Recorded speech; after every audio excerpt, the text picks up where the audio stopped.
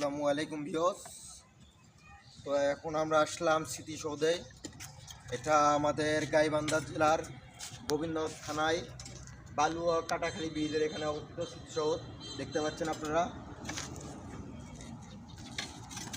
তো এখানে আসলাম, এটা লাখো কোটি রক্তের বিনিময়ে আমরা স্মৃতিসৌধ পাইছি। এখানে আজকে আমরা ঘুরতে আসলাম।